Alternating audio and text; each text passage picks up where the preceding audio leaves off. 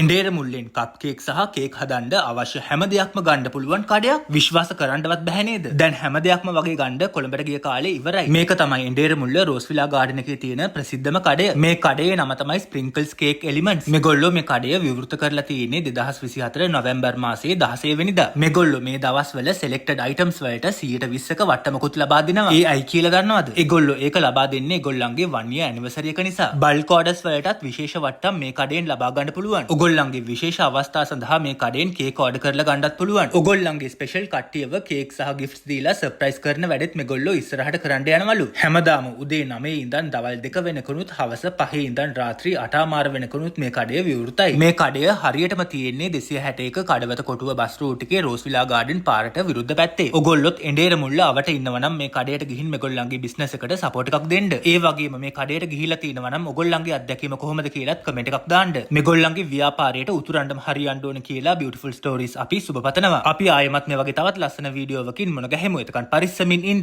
ජය වේවා.